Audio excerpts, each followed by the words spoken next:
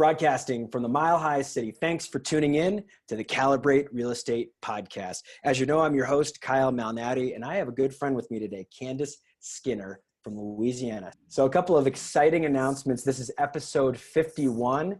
Candice and I are actually part of the 30 under 30 class in 2012. We're classmates, and we've known each other for over 6 years because of that recognition in Realtor Magazine.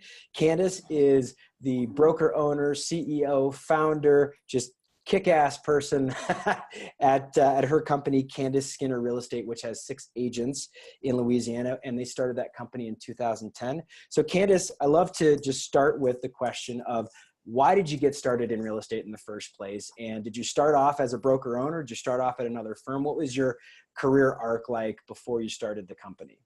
So we hear this story so often. Family was in real estate, and then you got into real estate. So what I did, actually, I was working at Singular Wireless, and my dad was working for Realogy, which owns Century 21, Coldwell Banker, and ERA, and a couple other places. And he would do his presentations at home, and, they'd be traveling and teaching the brokers and all this other good stuff.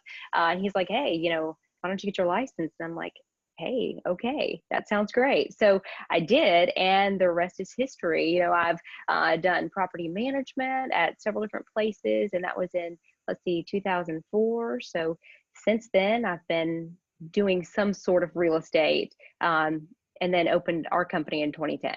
When did you have, and this is a question more for me, I mean, the audience will obviously benefit here, but when did you have the confidence to open the real estate company, and how long was that before you actually opened? So the really interesting thing is that, as soon as I could get my broker's license, I did. I was actually 22 and a half when I got it.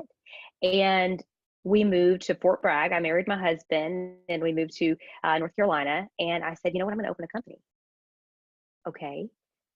What? Well, it didn't work out. Okay.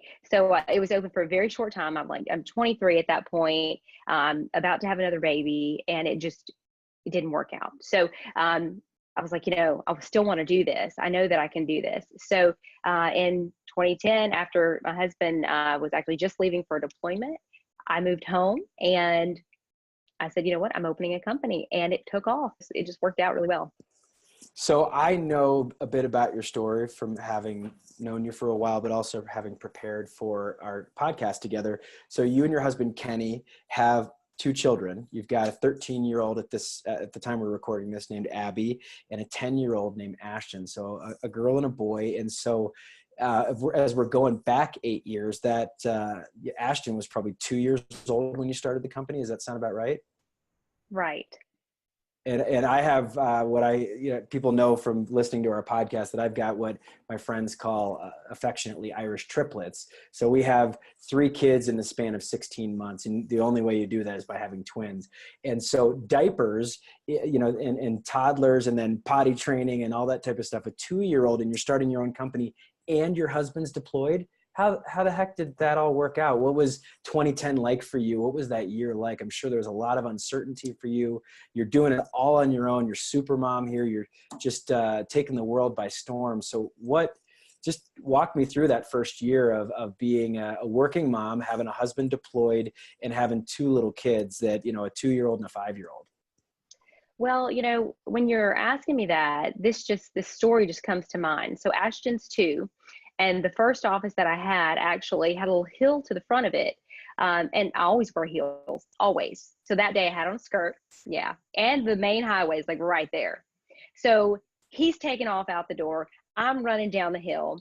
I go down.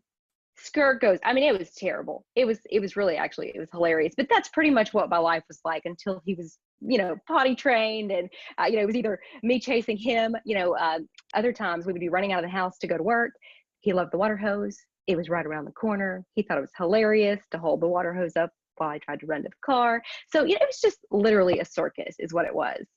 Wow. I mean, so being a working parent, and I'm a working parent, there's a lot of working parents out there, is difficult enough. I think that there are certain regions of the country where more metropolitan might be more accepting of working moms, maybe a little bit more rural might not be so much. And so have you ever had any backlash being in Louisiana of being a working mom, especially having a husband that was deployed at that time? Did you ever feel like you maybe got any unfair treatment because you were kind of trying to do it all? You know, the only thing I've ever really gotten is, gosh, you've got a lot on your plate. Maybe you should slow down, and that's really all I've ever gotten. But, a lot of the moms locally really understand because their husbands are deployed or, they had a dad that was deployed. So because we're so close to Fort Polk, they really, really understand that. But other than that, everybody's been super supportive. And plus, I have a great family who helps.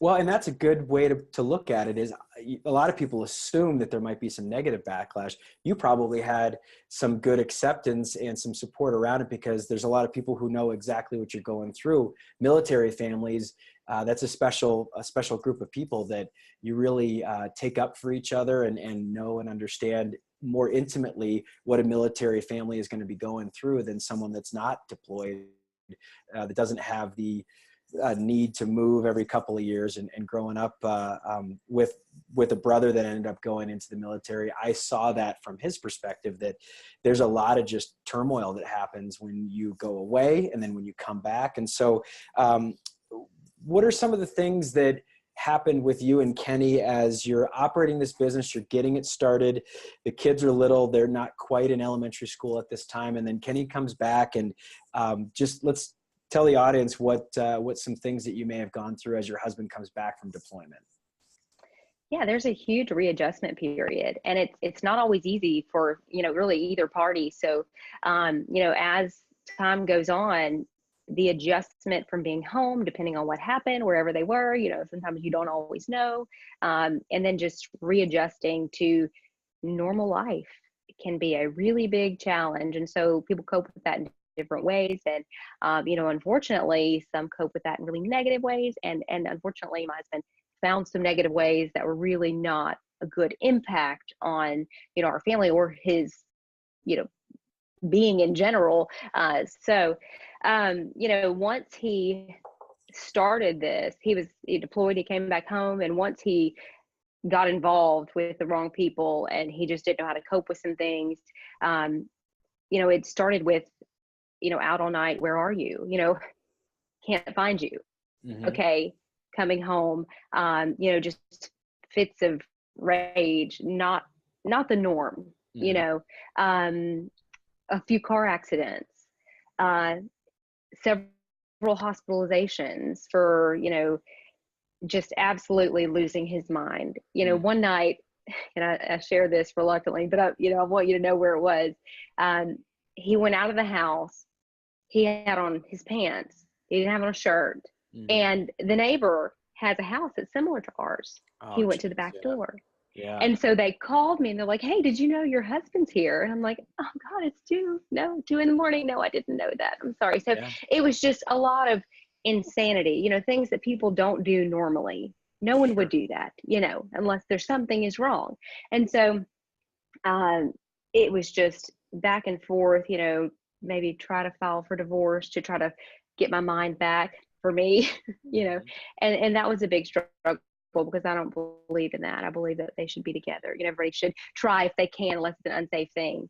And it just really ultimately ended up being the Lord. That was the only thing that brought us back to where we are today.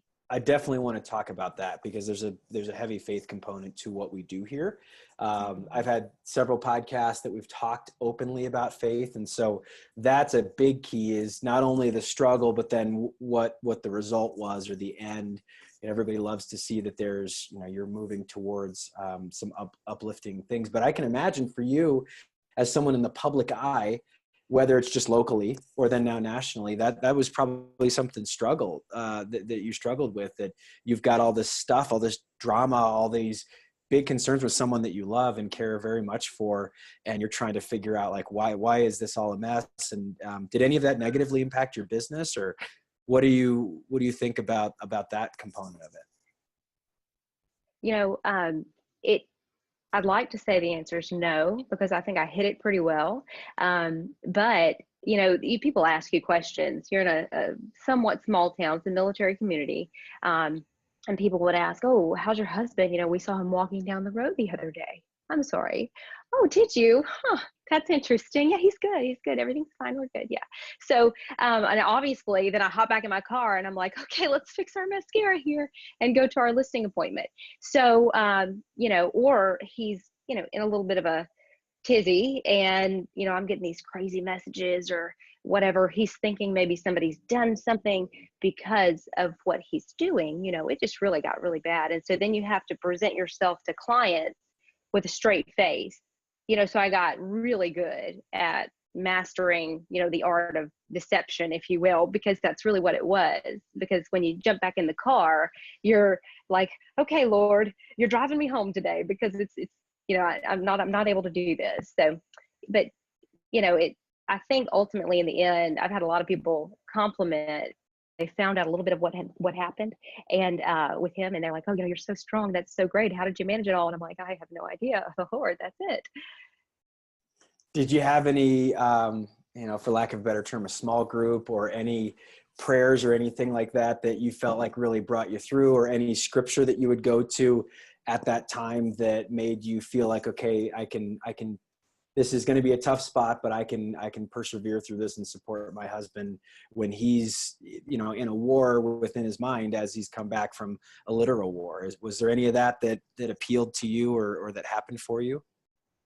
I met with several people. Our pastor. I met with a lady from Fort Polk, which is our local military base. And when we were just getting out of the military, and she met with me, and there was a certain scripture, and that I am terrible at remembering the scriptures, but it was just, it had to do with a stronghold and, tearing down of that, and I just kept repeating that, and I'd go through the Bible and I'd write scriptures down. And, the movie, I believe it was War Room, came out sometime in the midst of all of that. And so then I started a journal, and, I'd write the scriptures and everything. And ultimately it was anything that I could get my hands on, and, just going to church and a group of ladies praying with you. And it was just these prayers that were just from the pit of your stomach. It was just, but the relief in that is just amazing. And then you realize that you can go back to work, and that through faith, you can really do anything, and literally, and not just in the,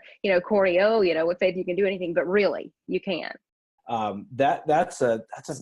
mean, so how long did this last for? When did you feel like either he got support, or obviously you were trying to figure out, like, how do we work through this? And I agree with you.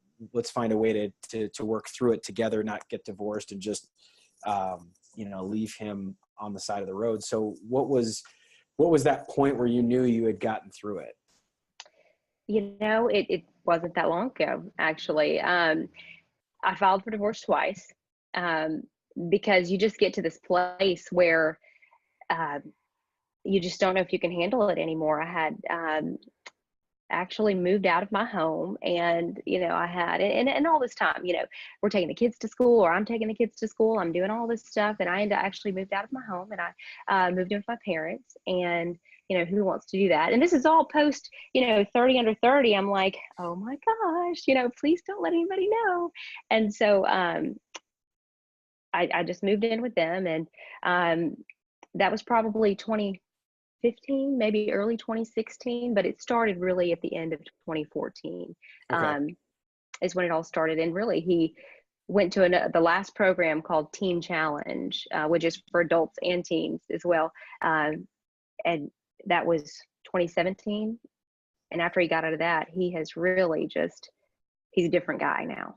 Wow. Good for you. So that was the catalyst for him getting the help he needed. Was it called Team Challenge? It's Teen Challenge. It's Team, Louisiana right? Adult and Teen Challenge now. Okay. Mm-hmm. Wow. Well, that's great. And gosh, I think that's a beautiful story. I know it doesn't probably feel like that to you, but to have some real positive outcome from something that's a real mess. And my brother is a veteran. I never served. I have an an amazing amount of respect for our military veterans. And I think that a lot of people misunderstand the sacrifice that families go through when someone is at war, and then also the baggage that occurs when people come back that no one ever sees. And there's a few movies that I think have touched on it that have been really good. But I think that mental health is a hot topic in our society today. And there's a lot of people that have mental health issues for legit reasons. And then there's folks that are used to seeing these real tough soldier types, guys that are, big, strong, personalities, and don't understand that they're dealing with some real stuff there. So I appreciate you sharing that with me. That's real life stuff. And you're trying to operate a business and a family, and having all that happen is you don't get through it without the support of God and the support of the church.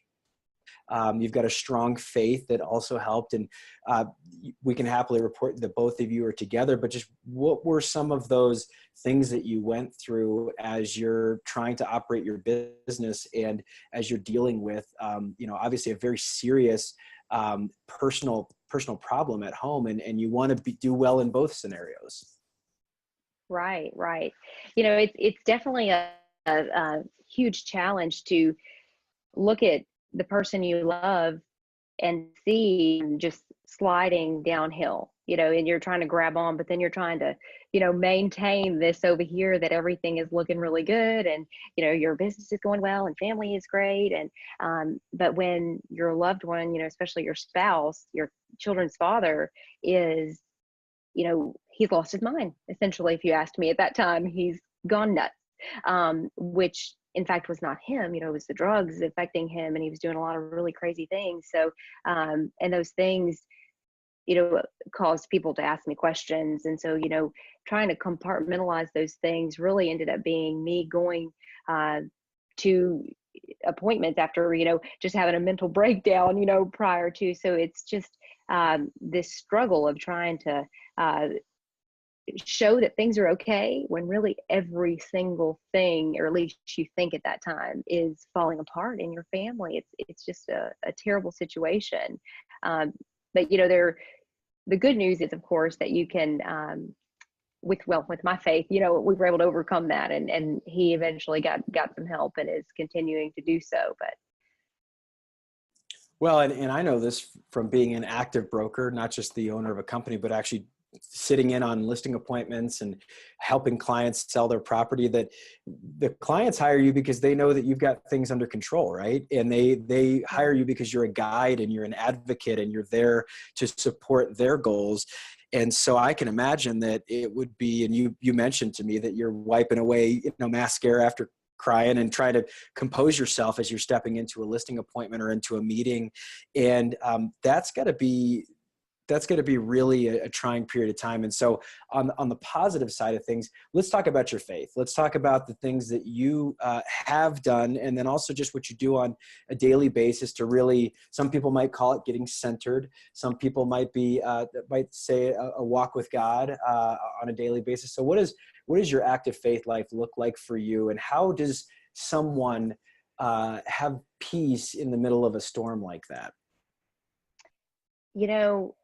My faith is absolutely everything. And, you go through these adversities and these challenges, and, sometimes you feel like you're in the middle of the wilderness alone, and, you reach a place where you've just prayed so much and you're just so exhausted with everything. There's just this peace that happens to come over you. And you just know that, hey, as long as I'm trusting and doing the right thing and keep, you keep stepping forward in faith, that everything's going to be fine. It's just kept my business. And that's how I opened the business in general. This was even prior to all of that. We took the first step of opening our business on faith. We said, okay, we're going to get an office. And that was, we didn't have the money to do that at the time, but we just, we made it happen. And so, the same is said in the relationship aspect. When we looked at everything, it looked like a burnt pile of rubble, literally. And, you just need that one seed every now and then. That's all that has to happen. You just have to hear that one thing. Somebody will call you out of the blue, in which they did in that time, and say, hey, look, I don't really even know you that well, but I just want you to know this is all my spirit. things are going to be okay. Okay, great. Here come the tears and here come the mascara again. Now I'm going into another listing appointment, So it's that kind of thing that it just keeps you going, and it's required. You have to center yourself, like you said, in order to, I think, be in business in general. Otherwise you'd be crazy. Well, and it is really an act of faith being an entrepreneur, going basically out there without a net. And it's amazing to me, all of the different scriptural references where, people are stepping out in faith, stepping out despite fear or despite, great odds. And I think for you, I know this based on the way that you're describing it, but God has constantly shown up for you. And that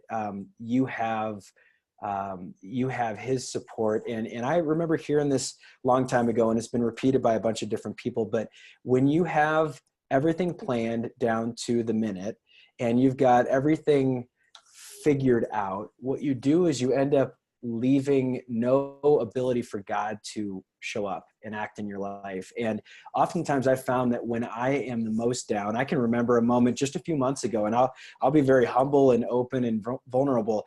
I had a horrible meeting with some people in my office, and it ended badly. It ended badly where I looked bad, even though I felt like I had a good heart about what I was trying to do.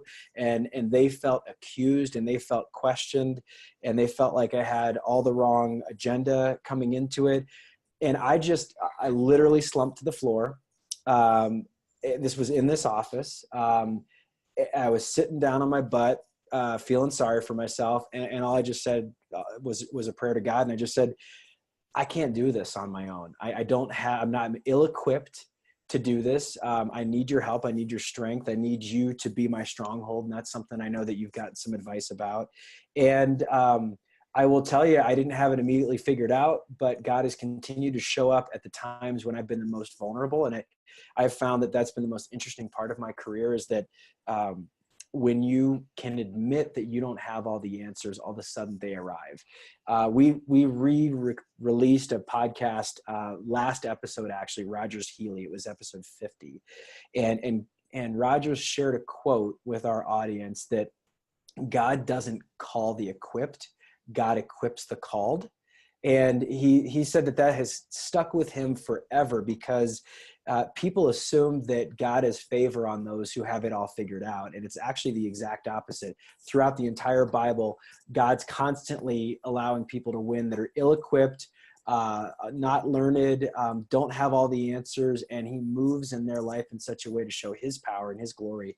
So what does that look like for you? What are some of these moments where God has shown up for you? Obviously, your family situation, that was something that was a big deal, but maybe just recruiting agents, or growing the business from just you to 6 agents now. I mean, what does that look like for you, where God has shown up for you in these circumstances? It is in almost every single day, that happens for us and for me. But it's in recruiting agents. It's in winning listings. He's in everything that I do, at least, I believe that. And so for me to just even go through and count and give you that is a challenge for me. But, all of the things in the past, maybe some of that negative feedback that I perceived, and maybe wasn't even the case, because the public really didn't catch that from, our relationship turmoil necessarily, but he's made sure that I know that that's gone. And then, just restoring, and even, he restores material things too. Unfortunately, when my husband, went down a not so fabulous path, there were just some things that were taken away. And, it's kind of like he's going down the list. He started with, our marriage, with, different, a healing for my dad, or this or that or the other, so it's just kind of going down the list and just checking them off. And we know that all the things that were lost will be restored, and even more. So we're very excited about that. My coworker, Greg, has shared with me often that God doesn't care about your comfort. He cares about your character. So you could say God cares about your character, not your comfort. And I completely agree with that, because that's the hardening, if you will, or bringing you through a storm that allows you to be a victorious warrior on his behalf. And the fact that you shared, and I think that's the answer, that you could, I mean, you have volumes of examples, but it's really just having a daily interaction, a daily experience with God, where you're constantly asking for help, constantly praying, constantly just in each of these moments. It's all the little moments that I think it really creates this faith walk. And for those people that don't know what it's like to pray, what are some of the things you talk to God about? What are some of the things that you put on your heart that are important? I mean, what are some of the things you do daily that just help you feel like you've got comfort and clarity to rise to the occasion for the next objective of your business or being a parent? What do you do on a daily basis that might help you feel that comfort in your faith? It's just going back to prayer in general. And so, if they're not praying, or somebody is not, they don't know how to pray, it's just talking to God. That's what it is, And so it's in everything. Like I said, it is, asking for, just clarity in, being able to handle a meeting, or, being able to help somebody else through something. And after all of the different events that have happened, boy, you're a little more equipped to help somebody, than if you've never been through that. You have a lot more compassion, of course, but, on a daily basis, just making sure that if I ever feel disconnected, I'm picking up the word, and I'm reading that and I'm writing it down, I'm writing a prayer and I'm backing that up with the scripture. So it's making sure that I can connect the dots. But there are times you feel like you were totally disconnected. I'm like, Lord, why do I have a business? Tell me why, because I don't even know right now, I don't know what I'm doing today. And then all of a sudden, he brings you that person that reminds you why you do what you do. And you're like, oh yeah, okay, I'm sorry, I forgot. Thank you, Lord, Giving credit where credit's due. And I love that. That's the whole point, is that we all do question. It's like, I think people that look at others with faith, the idea is that you're going to all of a sudden have this utopian experience where you've got it all figured out. And it's not that. It's a constant back and forth of like, I'm doubting, and then all of a sudden God shows up again. And it's so important. I think people with a really strong faith do struggle, and they doubt they're on the right path. They doubt they should have started the business in the first place. They doubt that their kids are in a good spot, and that's okay. There's nothing that is too big for God. And so as I think about that, let's go to being a parent, right? So you're operating this business. You've got a lot of obligations daily. What are some things that you do to make your parenting life a little bit easier? Are there any technological things that you do? Are there any workforce, people that help you out, types of things that you do that make your life as both a rock star realtor? And we've been talking about some struggles, but don't forget here, Candice is, nationally recognized by Realtor Magazine because she's very good at what she does. And so what are some of these things that maybe you do to make your life a little bit easier as you get busier and busier and you handle more stuff? So, one of the blessings out of this whole thing is that somehow, through really just sheer force and, we've been able to maintain I'm able to maintain a pretty good production level, ranking, up there, in usually the first to third spot of our market while all this is happening. And it wouldn't be possible if I didn't have that kind of support, So I have my parents who would, pick up the kids, or my dad who would come here and train agents, because who better to train them? He's been training brokers and doing all this other stuff. So he's got the insight, so he would come and do training and just helped out, in so many different ways. In outsourcing things, there's absolutely no way I could keep up with the laundry. There's no way. I'm sorry. So, and I'll wash it, but I can't fold it. There's no way. I have too many other things. Plus it's horrible. So, and it's outsourcing those things. I like to tell you that I outsource our mailers and, lots of different things for our business. I've tried it, but I've spent a lot of money and pushed a lot of things out, and I just wasn't happy with the results. So we just do it in-house now. Mainly just little things like getting my car detailed, things that make you feel like you have, a little bit of togetherness, like you got something together. Oh, I love that, because it's so true. It's really humbling to release some of those things, because you really want to feel like you can do it all. You want to be super mom. You want to be this superhero, superwoman if you're Candice. And I think that the smartest people figure out that they can't do it all. And they figure out that here's the area that I'm needed.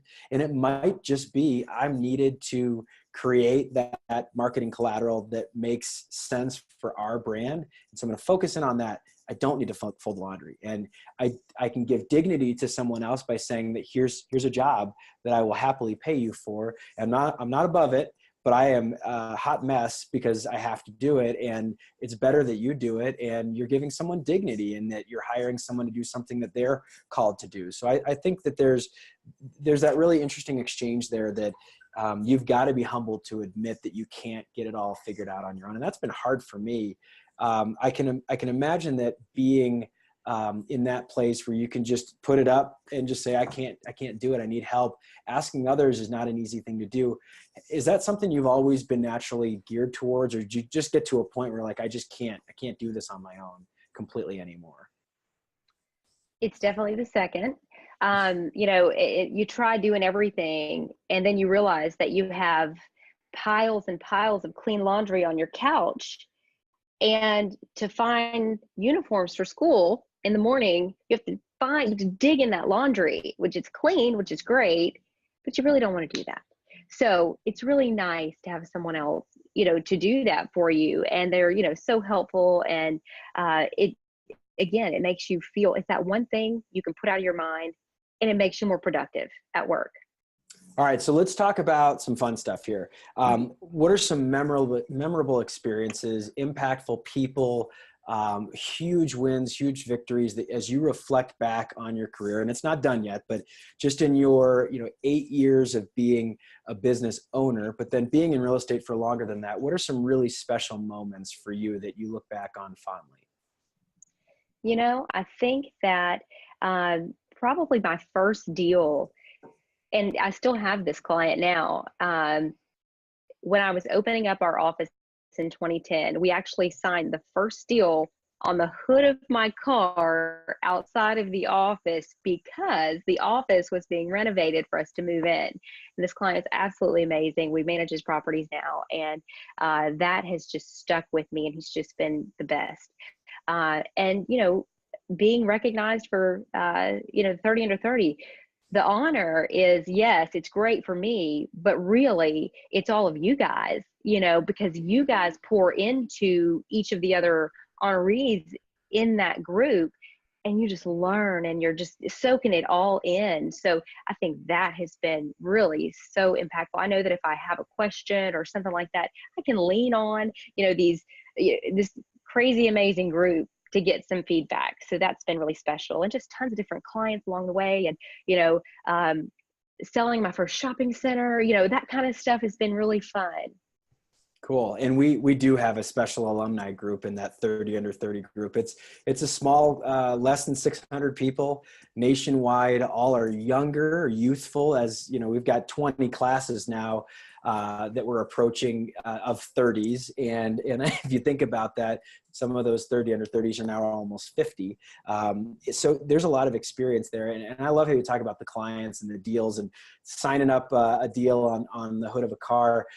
DocuSign and e-contracts are wonderful things, but I will say that marks me in my career too, having started back in 2004. I did a lot of stuff on the back of a hood or the trunk where you're signing something up and you're like, let's go, baby. We're going to make a deal happen. It's a lot of fun.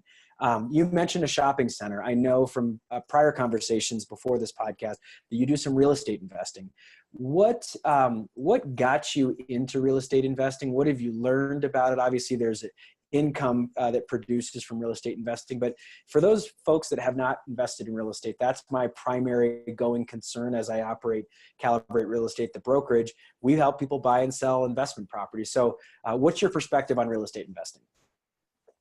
Well, some people like to buy cars, some people like stocks, and, some people collect different things. Well, I think really the one that has the biggest advantage is going to be real estate, obviously. So it's fun. You make money at it. It's got tax advantages.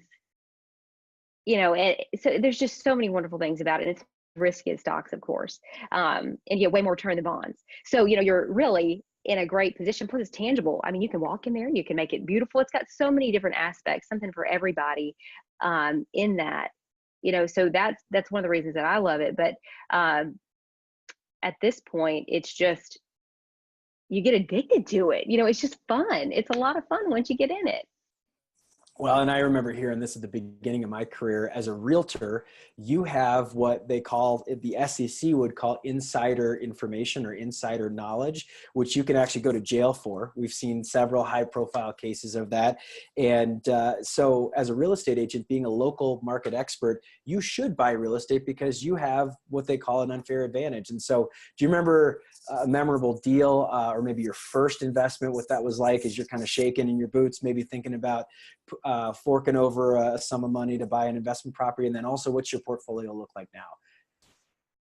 So it's growing daily. I just met with my banker yesterday, and he looks at me sometimes and he's like, "Hey, this is the one. Are you sure?" Yes, I love it. It's great. So, and in the end, it works out. The first deal I ever did was on Craigslist. Okay, so it was a for sale by owner, and the pictures of the house were horrible. It was $22,000. And I showed my husband, and he was like, "I'm sorry, what do you want to do?" No, we're not. Yes, we are. Okay, Lord, you got this, So it ended up working out. And, sometimes it really helps both parties, right? Some people need to unload, and there's nobody else that wants it but an investor. You can't move a family in there yet, if they're not going to do any renovations. So you're helping the market, you're building value. Again, just so many different advantages in that regard. Portfolio now, it's a lot of fun. Working on some multifamily stuff, hoping to get into that. And thank you for the advice on that. I appreciate that. But I have somehow fallen in love with really old homes. We just bought a home that was built in 1899 in Lake Charles, Louisiana. And it is old and it needs help. So we're helping it now. We're going to sell it when we're done. Oh, that's awesome. Okay. My final question is one of my favorites. It's, Candice, you've had this illustrious career and you're not done with it yet. You're a working mom. You and your husband, Kenny, have restored your marriage after some tough spots, and every marriage has their own tough spots. What's that advice you wish you knew when you were 22? This idea of Dear Younger Me, which is a Christian song, by the way, by the band Mercy Me. Let's give credit where credit's due. I love that song. And the whole context of the song is you're writing a letter to someone that's in their early 20s. We're not there anymore. So what's that advice you wish you knew when you were 22? If I had to go back and talk to myself, I think it would really just be a little bit more, be braver, just let it all go. It doesn't do what you ultimately want to do. If you want to be, an entrepreneur at that time, which fortunately, we at the point we're on the road, but there were still some things we're a little bit scared about, and we're unsure, really cared what a lot of people thought. It doesn't always matter when you're doing the right thing and God has a calling on your heart and you're pushing forward.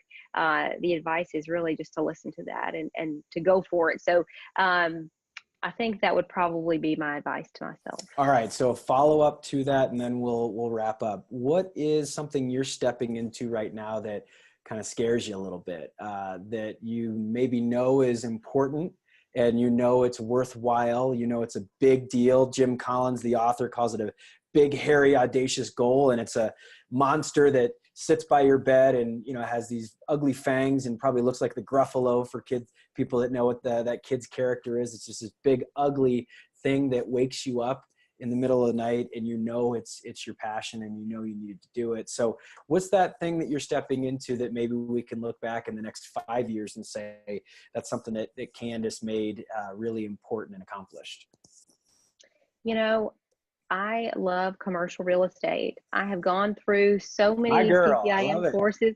It's fabulous. I do. I love it. But our little town here in, Leesville and DeRidder area, while they do have a little activity, are not, a hustling, bustling commercial hub. But we've pushed into Lake Charles market here in Louisiana, and there's more opportunity there. So I really want to get my put my CCIM courses to work and finish that designation out. I have one class and the test to do. So I want to get that done and really just get into those really complicated, really big, long deals. That's what I want. It sounds terrible. I want it. I think that's awesome. And for those of you that don't know what the CCIM is, that's a commercial designation. It is a very difficult, very time-intensive course. As you look at all of the different acronyms and the alphabet soup of being a realtor, CCIM designation is a very elite group. So I give you kudos to that. And I know that that'll be something that you end up seeing it through. Is there any, one of the themes of our podcast in closing is encouragement. So we're designed here to encourage, empower, and educate real estate professionals is our mission. Is there anything that you would do to encourage someone that sees Candice and sees what you've been through over your career arc and is maybe just getting their start? It's that 22-year-old again, but is there anything that you would say to that person as they might be stepping out in faith? One of the things that I've always had a lot of fun in doing is I really believe that everybody has unlimited potential. I genuinely believe that. And when I see somebody sitting and they're not hitting that, it doesn't sit well with me. I'm like, you can do this, you have to go for it. And so, I've had so many conversations with people like, I don't know if I should quit my job and, get into real estate, and maybe it's not real estate for them, whatever it is, you have to go for it. I mean, you have to have a smart plan, obviously, but if you're thinking about it and it's been put in your spirit, clearly there's some kind of calling to that. So as long as you surround yourself with a support group, and sometimes maybe there's not one, but that calling is strong enough. You can make it work. Just go for it. I love that about potential and about calling. One of our prior guests, a guy named Andy Dane Carter, who is kind of a celebrity in the real estate space, especially as it relates to investing.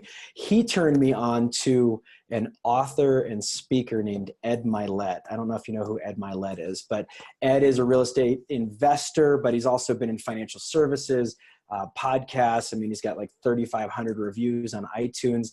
Ed Mylett has faith and is a Christian and doesn't beat you over the head with it. What he says that drives him, and it's really, really important to make this point. He said that when I get to heaven, he's like, I know that God's going to ask me about two things. And he's like, this is what drives me today. The first is going to be, he's going to ask me and then introduce me to my potential. And basically he's like, I have this driving fear that I'm going to meet someone when I'm looking at my potential that's not me. And so he's like, my goal is to see it to my potential every day, so that when I come to heaven and God introduced me to who I was designed to be, that it's basically just me and it's like good old buddies hanging out. So that's item number one. Item number two is God's going to ask, what did you do to further my kingdom? And hopefully the response is going to be, thank you, good and faithful servant, which is scriptural. And I love that as a final point to what you said about potential, because that's true. It's like, look, the scary stuff is the stuff you need to step into. You need to live a life bigger than you, a life for others, and a life to serve others. And I've really enjoyed this time together. Candice, this has been a wonderful experience. We're good friends, but at the same time, I feel like I've gotten to know you on a different level today as we use this podcast medium to really share your story out there with the public. And so just a reminder, if you like this podcast, please give us a 5-star review on Apple iTunes. We're at 18 5-star reviews right now. And every time I mention that, we get more reviews. So please do that. That gives some validation to Candice and I. It also gives validation to our business manager and podcast producer, Kayla Davis. If you'd subscribe to us on Spotify, that's brand new. We're now on Spotify and iTunes, of course, and YouTube. We're simulcast there. For Candice Skinner, I am Kyle Malnati, and as I love to say, we will see you around the neighborhood. Thanks, everybody, for tuning in. Bye-bye.